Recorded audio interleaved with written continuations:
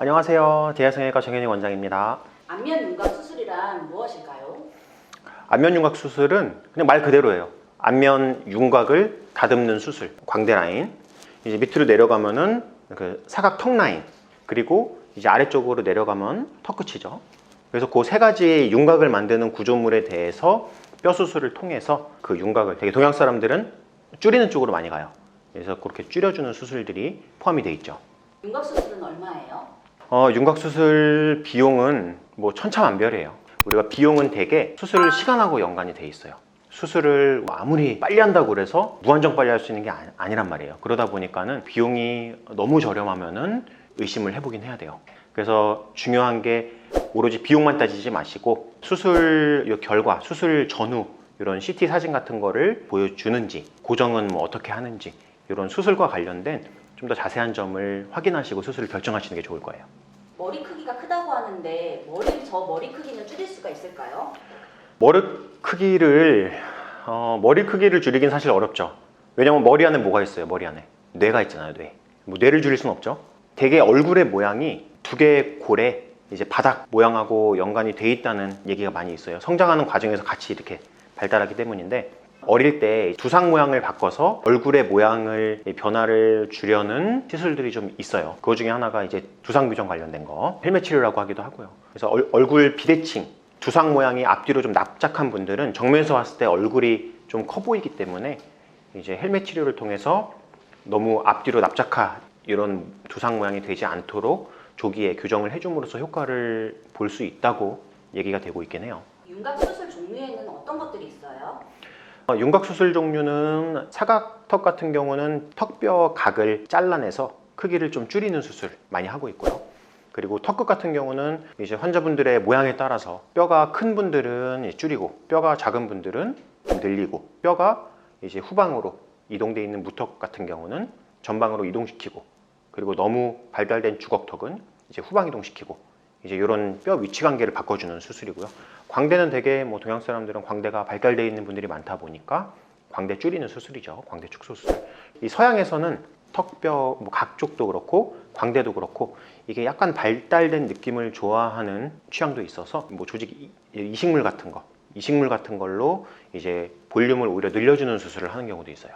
그래서 이 세 가지를 윤곽 3종이라고 하기도 하죠. P광대와 3D 광대의 차이가 있나요? 중요한 차이가 있죠. 우리가 쌍꺼풀로 비교를 해보자면은 매몰 절개처럼 퀵광대는 최소 심습으로 진행을 하고 입안 절개를 하지 않음으로써 이제 불편감을 좀 줄이고 간단하게 이제 수술을 진행할 수 있다는 장점이 있지만은 충분한 양을 교정하기 어려운 경우도 있어요. 환자분에 따라서.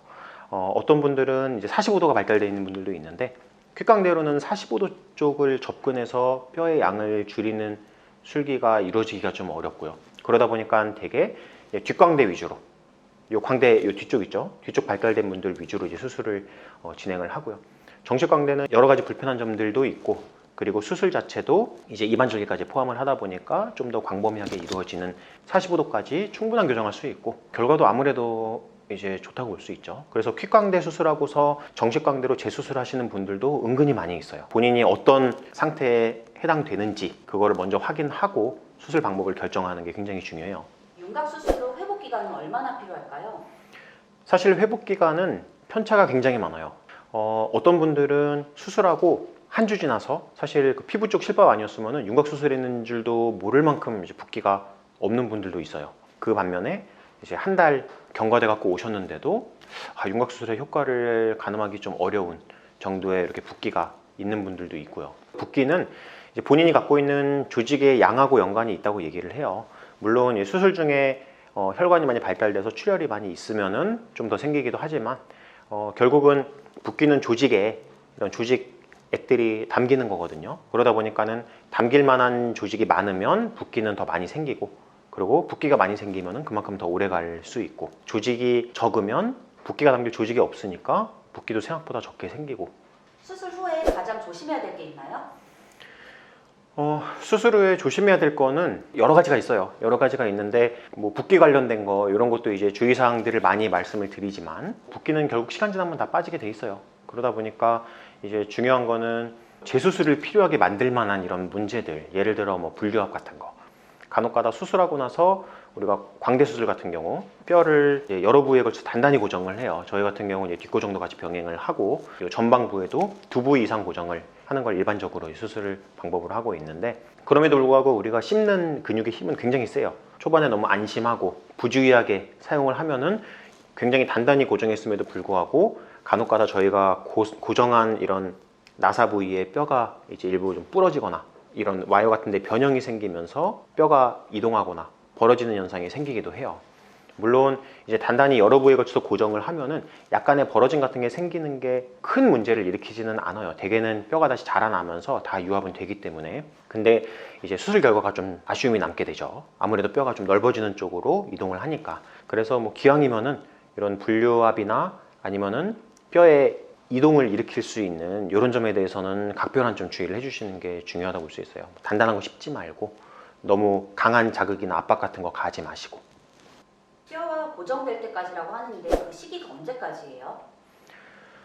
저희가 그냥 간단히 생각하면은 팔이나 다리, 골절 부러져 보신 분들은 알 거예요. 우리가 기부스 하잖아요. 뭐 한두 달 정도 말씀드리죠. 우리가 한두 달 정도 지나면은 뼈가 어느 정도 힘을 버틸 수 있을 만큼 일부 이런 조직상의 유합이 일어나 있는 상태예요. 우리가 한두 달 뒤에 뭐 추가적인 뭔가 조치가 필요해 갖고 절개해서 들어가 보면은 엑스레이 상에 이제 유합된 게 명확히 보이지는 않지만 굉장히 단단한 느낌으로 유합이 돼 있어요. 이런 섬유성으로 유합이 돼 있는데 이제 이런 거를 봤을 때 한두 달 정도는 좀 각별히 조심을 하면은 아무래도 이제 기부스한 것과 마찬가지로 큰 문제는 없지 않을까라는 생각을 일반적으로 합니다. 양악하고 윤곽의 차이는 뭐예요? 그러니까 환자분들이 생각하기에는 양악이랑 윤곽을 거의 뭐 비슷한 급의 수술이라고 생각하시는 분들이 많이 있는데 사실은 전혀 다른 수술이에요. 양악 같은 경우는 교합까지도 같이 고려해서 수술하는 거고, 위턱과 아래턱을 완전히 분리시켜 갖고 뼈들의 위치 관계까지도 같이 좀 변화를 주는, 생각보다 환자분들이 생각하시는 것보다 좀 큰 수술이라고 볼 수 있고, 윤곽 수술은 단순히 그 뼈에 경계를 이루는 부위를 일부 좀 잘라내거나 위치를 살짝 이동시키는 이런 수술이기 때문에 생각보다 작은 수술이에요. 그래서 뭐 윤곽을 고민하시는 분들한테는 생각보다 작은 수술이니까 너무 걱정하지 말아라 이렇게 말씀을 드리고, 양악을 고민하시는 분들한테는 생각하는 것보다 좀 큰 수술이고 교정까지 새로 병행이 돼야 되기 때문에 치료 기간도 생각보다 좀 길어질 수 있다는 것을 설명을 드리기도 해요.